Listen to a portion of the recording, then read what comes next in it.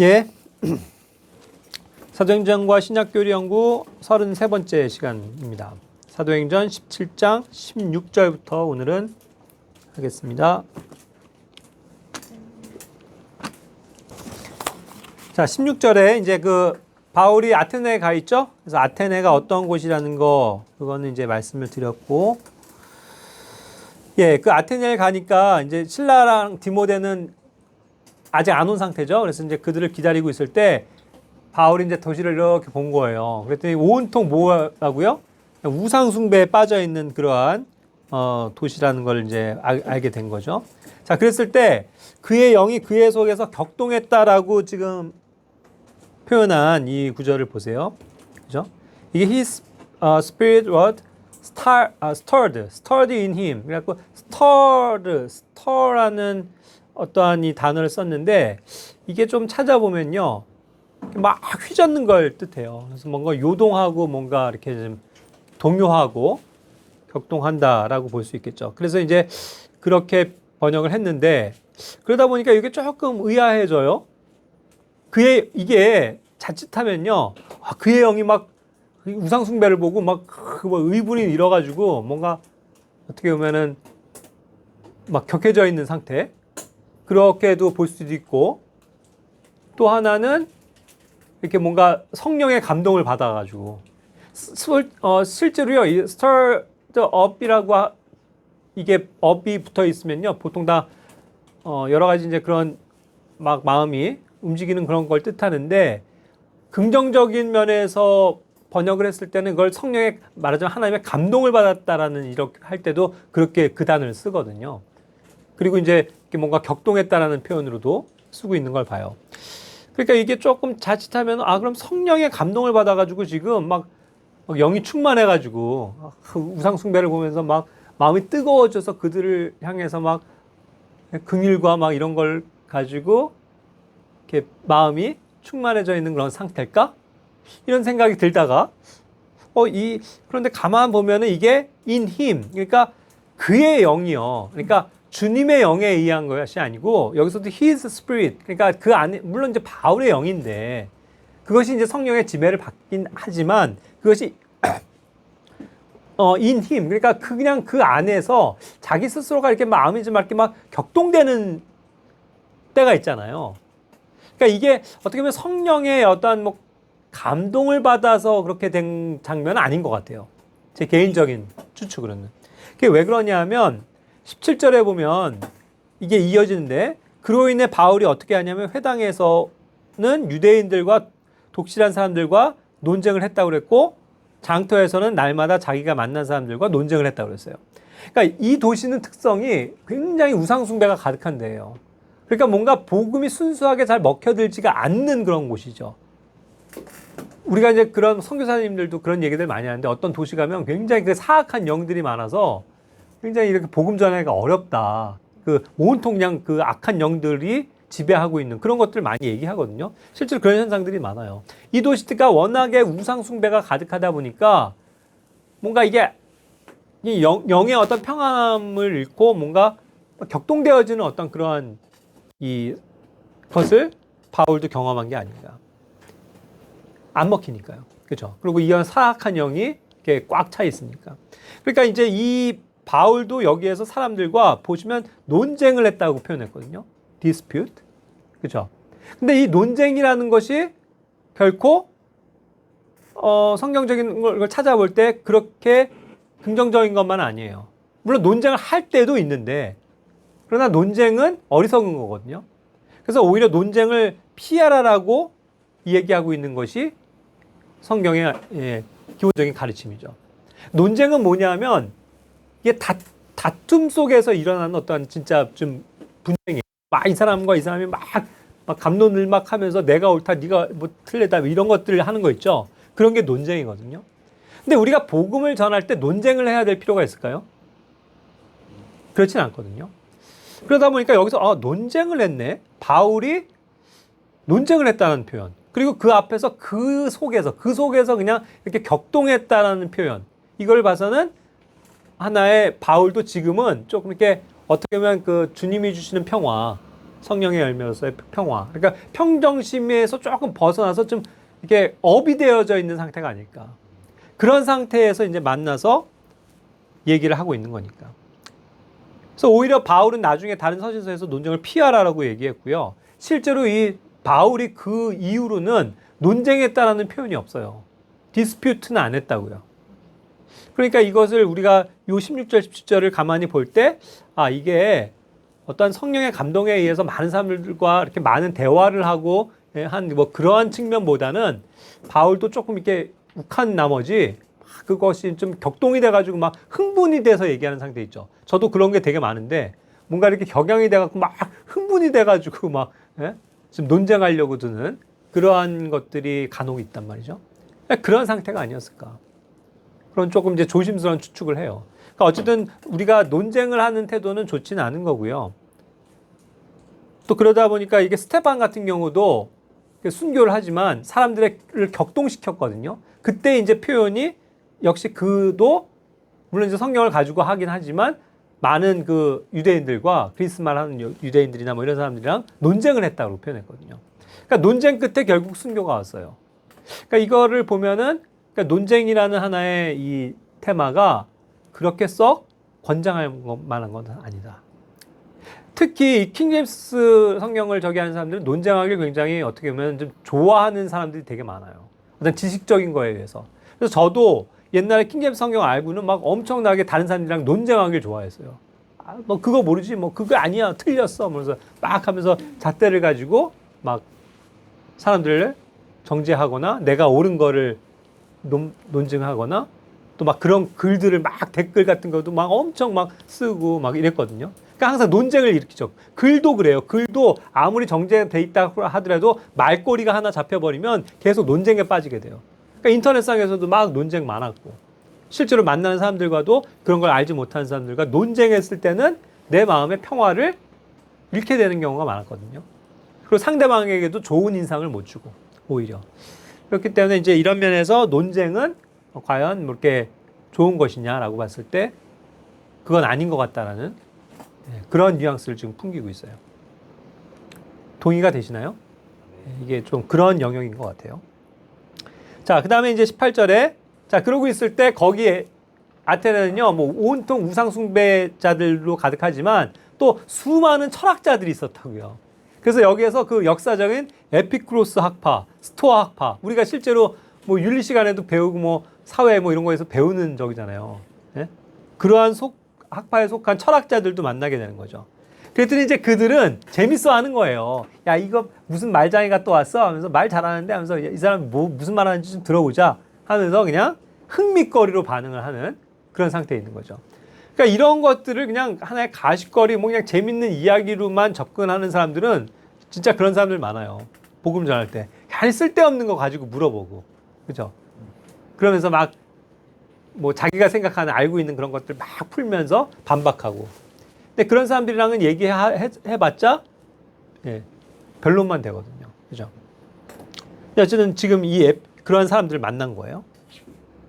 자, 그래서 참고로 조금 말씀드리면 에피쿠로스 학파는 그 철학자 에피쿠로스에 의해서 주창된 건데 이들의 관점은 뭐냐면 우주는 결국 물체와 허공이다. 이렇게 생각하는 거예요. 그러니까 인간도 원자로 구성된 결합물이고 물리적인 대상일 뿐이다. 그러니까 결국은 어떻게 되냐면 신과 인간은 떨어져 있는 거고 신과 사후 세계를 부정하게 되는 거예요. 자기들한테 그게 결부될 수가 없다. 그러니까 결국 자기들은 신이라는 어떤 두려움도 없고 공포도 없어요. 그죠? 그러니까 이제 자기들은 그냥 이 세상에서 쾌락을 즐기면서 살면 되는 거예요. 그러니까 이 에피쿠로스 학파를 배웠어? 쾌락주의라고 얘기하는 게 그런 내용이에요.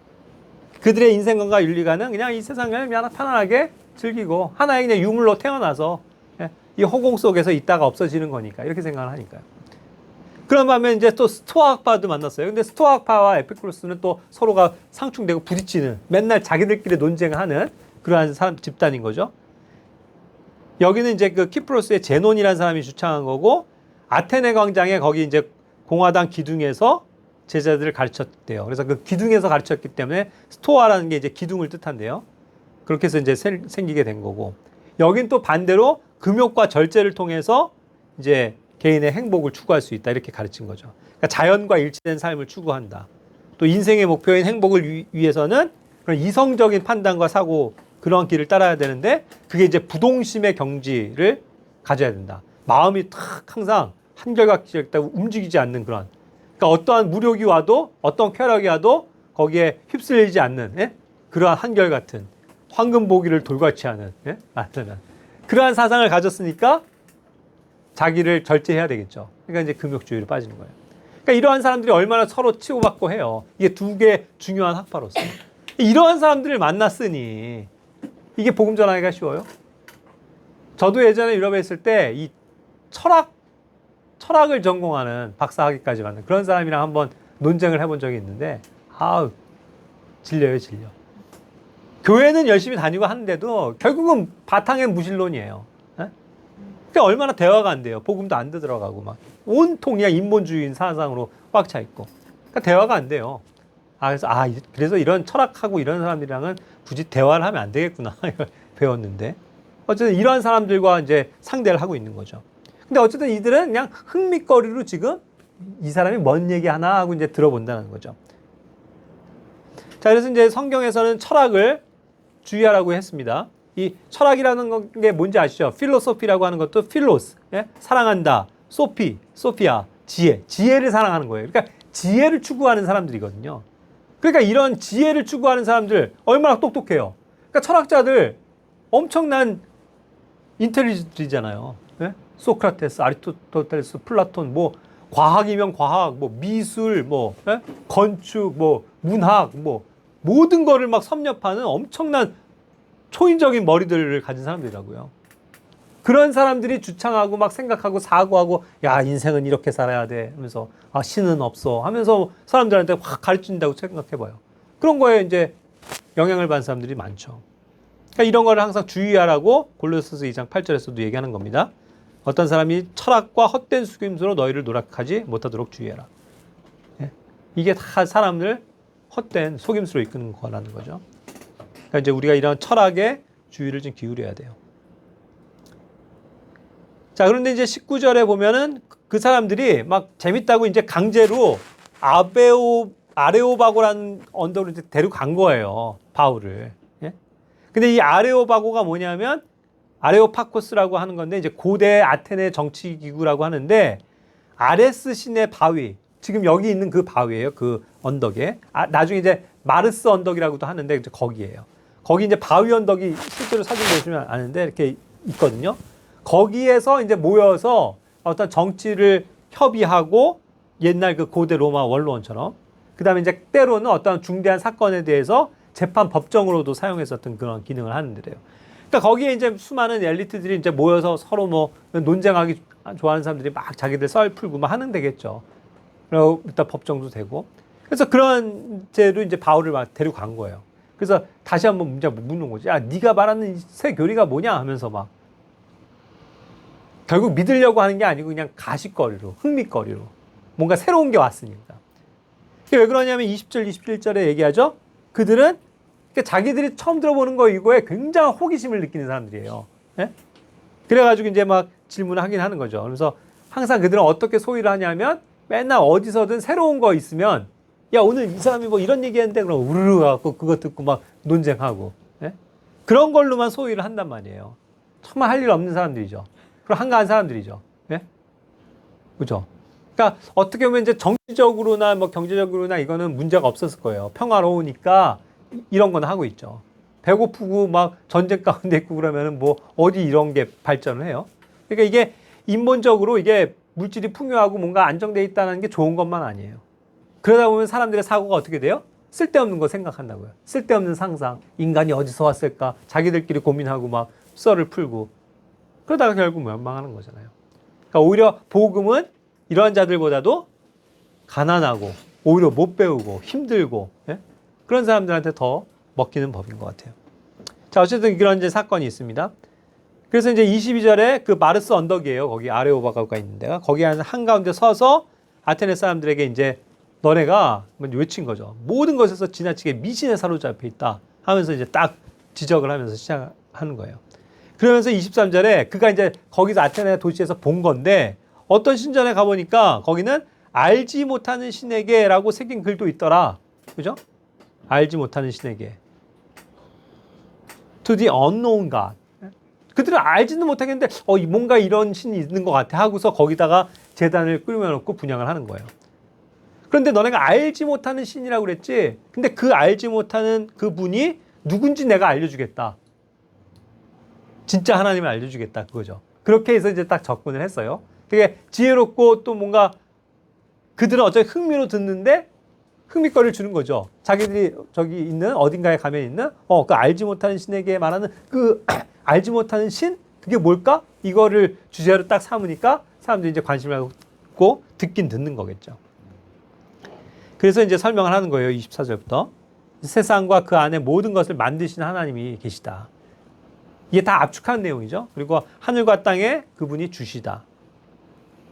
그리고 보이지 않는 하나님이시기 때문에 손으로 만든 전들에 우리와 같이 이렇게 계신 분이 아니다. 그죠? 그 다음에 25절에는 또 사람들한테 뭔가를 필요로 해서 받는 그런 분도 아니고 사람들의 어떤 손, 노력, 뭐 행위 이런 걸로 경배를 받으시는 분도 아니다. 이런 것들을 설명하는 거겠죠. 그분께서는 모든 사람에게 우리에게 생명과 숨과 또 모든 것을 주시는 분이 바로 이 하나님이시다. 그리고 이제 절대 주권의 그런 하나님에 대해서 소개를 하고 있죠. 그리고 이제 그분이 하시는 일 설명한 거예요. 26절에.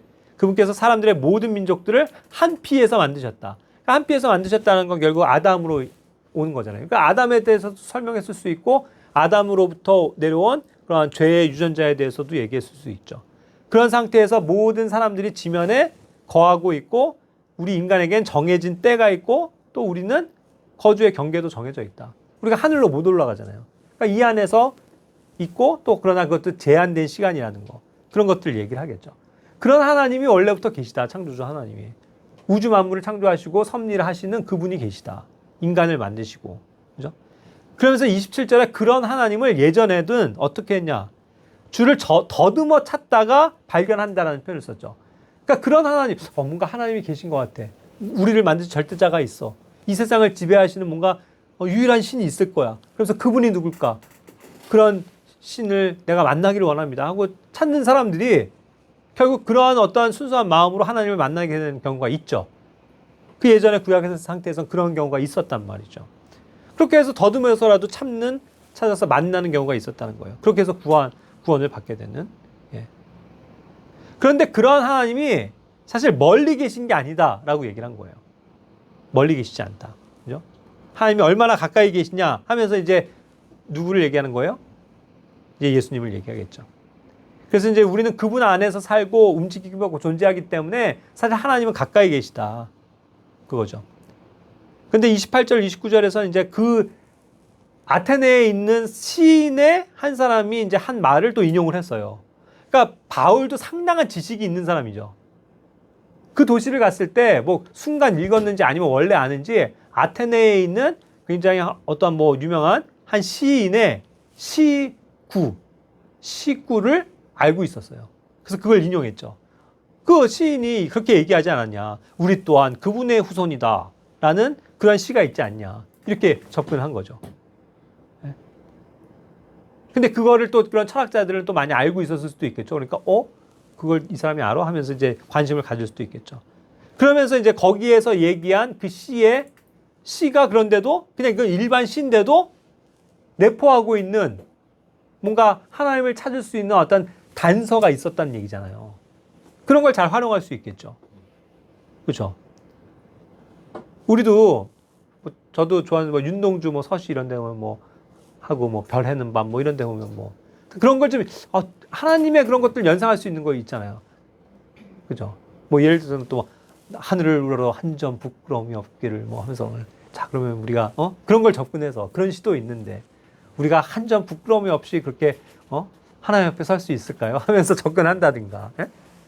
여러 가지 이제 그런 우리가 알고 있는 지식을 통해서도 접근을 할 수는 있을 거예요. 자, 어쨌든 그런 상황이에요. 자, 그러면서 거기에서 그분의 후손이라고 얘기할 때 우리가 하나님의 후손이라고 한다면 하나님의 신격은 우리가 이렇게 사람의 기술이나 손으로 만든 금이나 은이나 돌 같은 걸로 생각해서는 안 된다. 그렇게 해서 만날 수 있는 건 아니다. 그렇게 얘기를 하는 거죠. 그러면서 그 가까이 계신 분, 멀리 계시지 않은 그 하나님을 만날 수 있는 방법 이제 얘기를 해주는 거죠. 30절에 하나님께서 한때는 무지하던 때를 눈 감아 주셨다 그랬어요. 무지하던 때.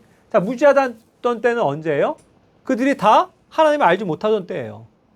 그냥 자연적으로 태어나서 그냥 자연적으로 살다가 죽는 그때라고요.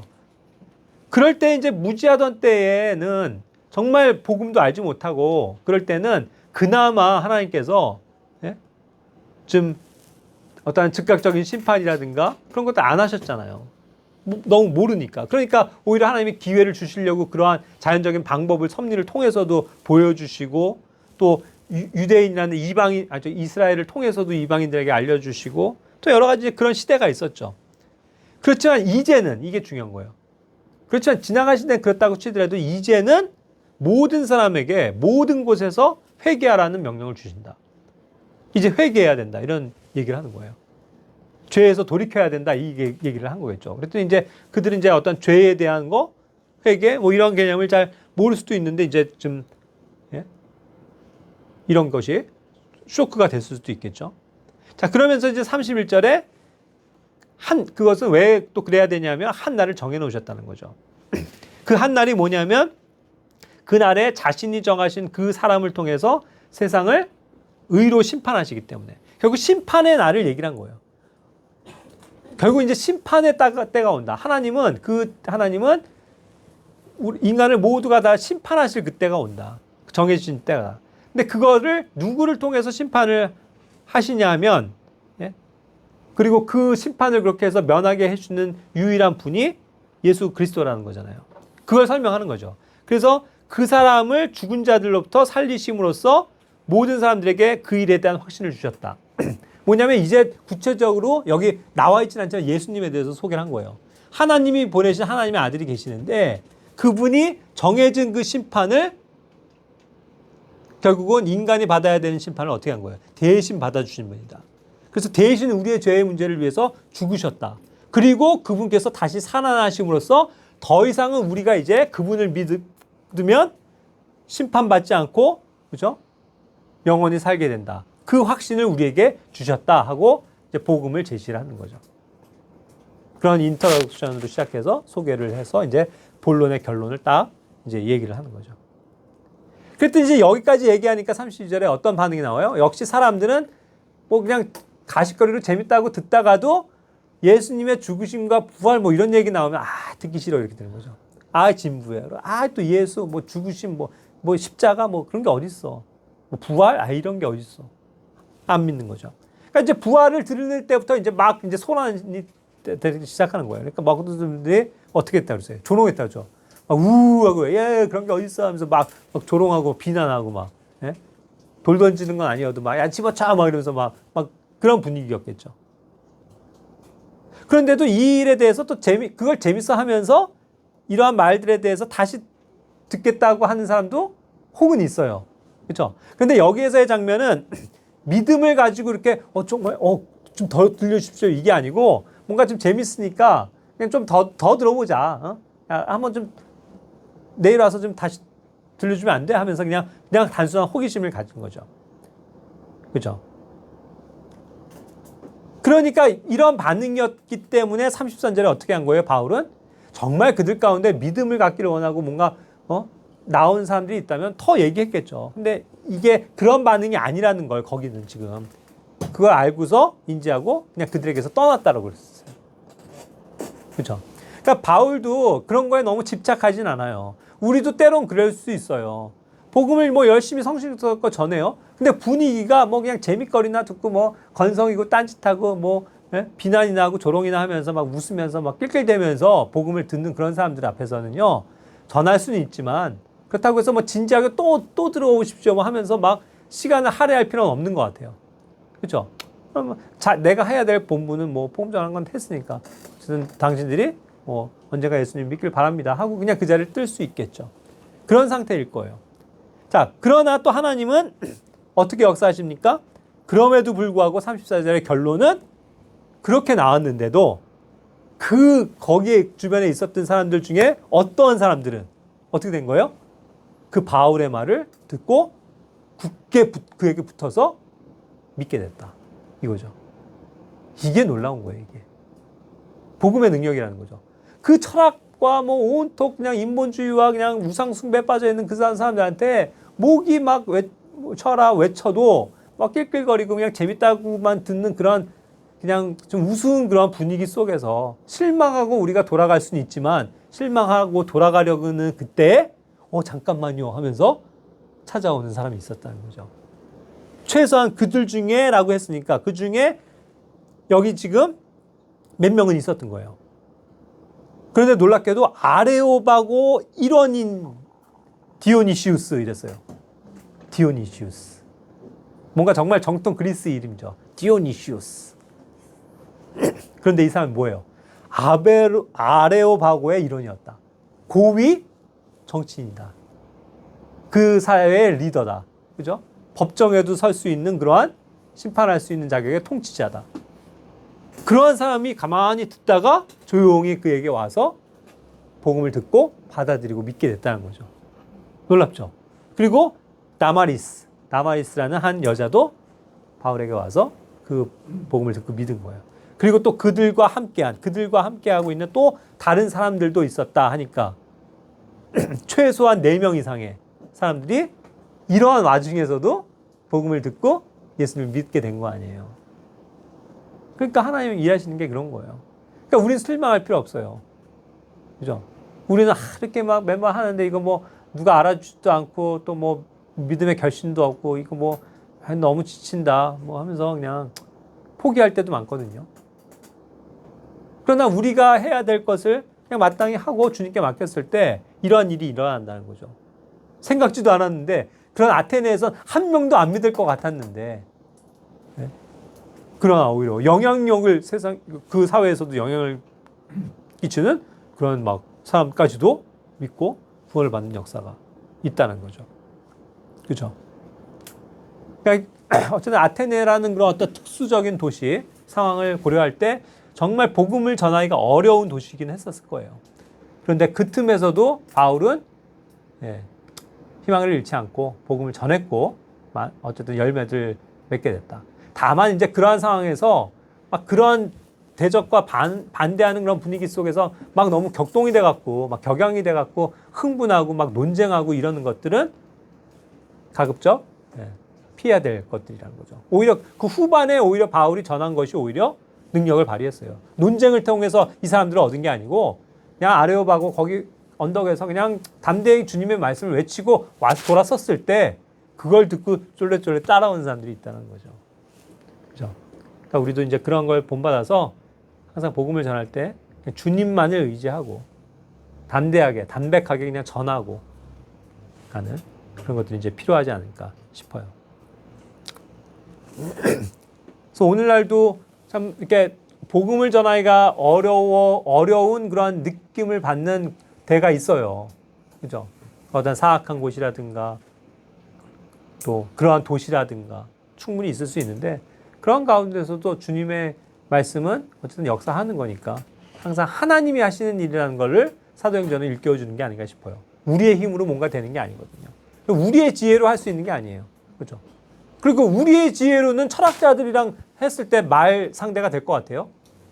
여러분이 뭐 진중권 같은 사람이랑 뭔가 복음 전하고 한다고 했을 때 뭐가 이게 대화가 될 것 같아요? 말 잘하는 사람들한테는 뭐 그냥 안 되죠. 논쟁하기 좋아하는 사람들, 똑똑한 사람들, 이런 사람들이 힘들어요. 하지만 그냥 내가 믿는 예수님 그냥 담대하게 전할 때 하나님의 역사는 일어난다. 그런 것을 볼 수 있는 장면이었던 것 같습니다. 그러면은 마치도록 할게요. 다음 주에 18장이니까 다음 주에 꼭 좀 읽어오세요. 기도하고 마치겠습니다.